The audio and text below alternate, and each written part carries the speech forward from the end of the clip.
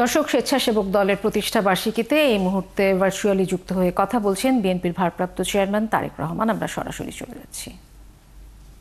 বিরোধী আন্দোলনে সংগ্রামে স্বেচ্ছাসেবক দল রাজপথে ভূমিকা রেখেছে, বরং বলা উচিত শুধু ভূমিকাই রাখেনি, অত্যন্ত সাহসী ভূমিকা রেখেছে।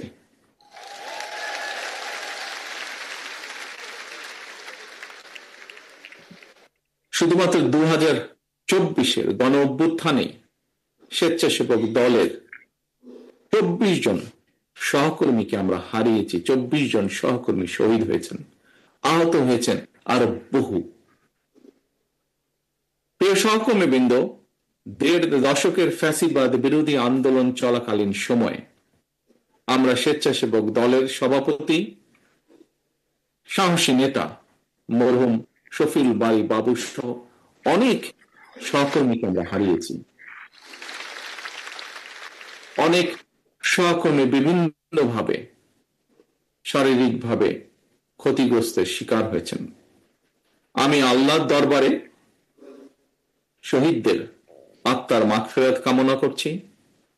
যারা বিভিন্নভাবে শারীরিকভাবে ক্ষতিগ্রস্ত হয়েছেন, অসুস্থ হয়েছেন, তাদের সুস্থতা কামনা করছি। প্রিয় উপস্থিতি, সম্মানিত নেতৃবৃন্দ, প্রিয় সহকর্মীবৃন্দ, আমার বিশ্বাস এবং দায়িত্বের জায়গা থেকে আমি প্রায় বলে থাকি একটি কথা। বিভিন্ন বক্তব্যে আমি সেই কথাটি তুলে ধরার চেষ্টা করেছি। 1971 সালে বাংলাদেশের 71 সাল ছিল বাংলাদেশের স্বাধীনতা অর্জনের যুদ্ধ। 2024 সাল 1971 সালে সেই স্বাধীনতা যাতে আমরা অর্জন করেছি, সেই স্বাধীনতা রক্ষার যুদ্ধ ছিল 2024 সাল।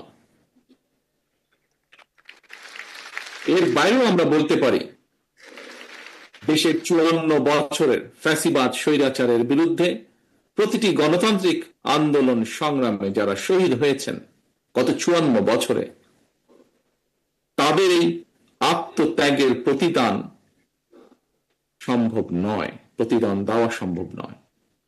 এই সকল বীর শহীদদের কাছে আমরা যারা বেঁচে রয়েছি সহ সমগ্র বাংলাদেশ ঋণী। হাজারো শহীদদের আত্মত্যাগের বিনিময়ে ইতিহাসের নৃশংসতম এক ফ্যাসিস্টের পতন এবং পলায়নের পর এখন ফ্যাসিবাদ বিরোধী গণতান্ত্রিক শক্তির নিজেদের মধ্যে নিত্য নতুন ইস্যু নিয়ে অহেতুক বিতর্কে লিপ্ত হওয়া শহীদদের আত্মত্যাগের প্রতি অবমাননার শামিল বলে একজন রাজনৈতিক কর্মী হিসাবে আমি মনে করি। বরং সকল শহীদদের কাঙ্ক্ষিত ইনসাফ ভিত্তিক একটি গণতান্ত্রিক বাংলাদেশ প্রতিষ্ঠার মাধ্যমে সেই শহীদদের রক্তের ঋণ এবং যারা বিভিন্নভাবে শারীরিকভাবে ক্ষতিগ্রস্ত হয়েছেন তাদের সেই আত্মত্যাগের ঋণ পরিশোধ করার এখন সময়ের দাবি বলে আমি বিশ্বাস করি। স্বেচ্ছাসেবক দলের প্রিয় ভাই ও বোনেরা, দূর গ্রামের যেই ছেলেটি কিংবা যে মেয়েটি যার হয়তো এখনো রাজধানীতে আসার প্রয়োজন পড়েনি বা আসেনি, কিংবা আমরা শহর অথবা গ্রাম যারা যেখানেই বসবাস করি না কেন, তথ্য প্রযুক্তির অবাধ প্রবাহের কারণে সমগ্র বিশ্ব এখন, যেমন আজকে আমি আপনাদের সামনে এখানে উপস্থিত আছি তথ্য প্রযুক্তির কারণে, সমগ্র বিশ্ব এখন সবার হাতের মুঠোয়। এবং এর কারণেই জ্ঞান বিজ্ঞানের বলা যায় প্রায় সকল দ্বার উন্মুক্ত। সবার সামনেই বিশ্ব নাগরিক হয়ে ওঠার একটা সুযোগ এবং সম্ভাবনা কিন্তু বিদ্যমান তথ্য প্রযুক্তির কারণে।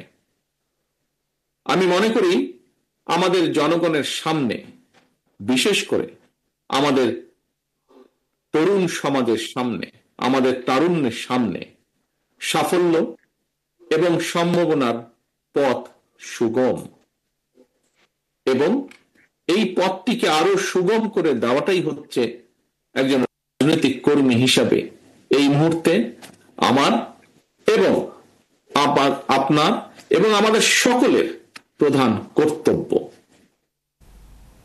বক্তব্য রাখছিলেন বিএনপির ভারপ্রাপ্ত চেয়ারম্যান তারেক রহমান। আপনারা সরাসরি দেখছিলেন।